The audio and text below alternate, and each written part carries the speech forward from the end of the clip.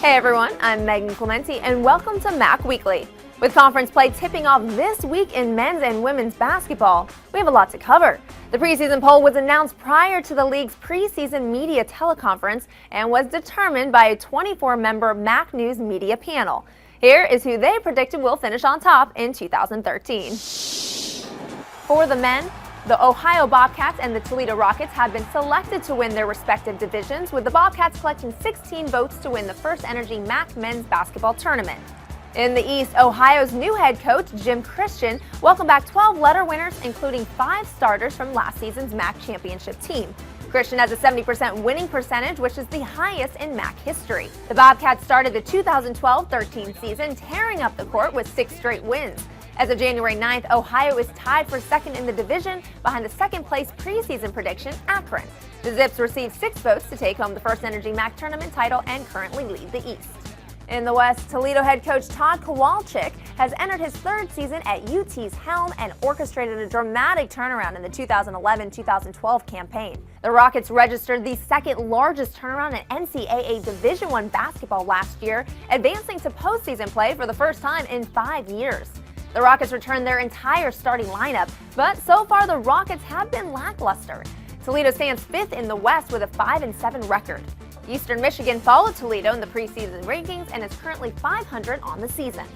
Looks like the Rockets men's team is not the only Toledo team predicted to blast off this season. For the 4th consecutive season, the Rockets were selected to win the West Division for women's basketball, and they were also chosen to win the MAC tournament title. The Miami Redhawks were picked to win the East.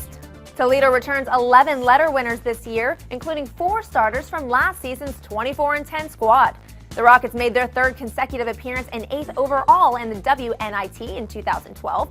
In total, the Rockets welcomed back 69.8% of their scoring, 75.5% of their rebounding, 71.1% of their assists, 87.6% of their block shots, and nearly 70% of their steals in 2012-13. Currently, Toledo is 12-1 in non-conference play, winning every game since November 20th. The Rockets were followed in the West Division preseason predictions by Central Michigan, who are 6-7 on the season.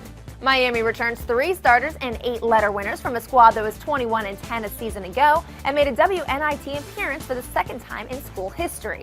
Miami holds a winning record of 8-5, but is second fiddle to Bowling Green and Akron at 9-4. Bowling Green had followed Miami in the preseason rankings. If we've learned anything from the history books, it's that basketball season is a marathon of games and anything can happen from now until March. Only time will tell if these chosen teams will prove successful, but in the meantime, these players are doing just that. For the men, here are your MAC players of the week. Both of these players were named to the 2012-2013 preseason All-MAC team. And this week's women's basketball recipients. There are a whole slew of games taking place each weekend. This Saturday, January 12th, will feature 12 men's teams in conference action, starting with Kent State at Ball State and concluding with Miami at Buffalo. The women will take over on Sunday, January 13th. They play 6 conference games, starting with Eastern Michigan at Central Michigan and ending the weekend with Northern Illinois hosting Ball State.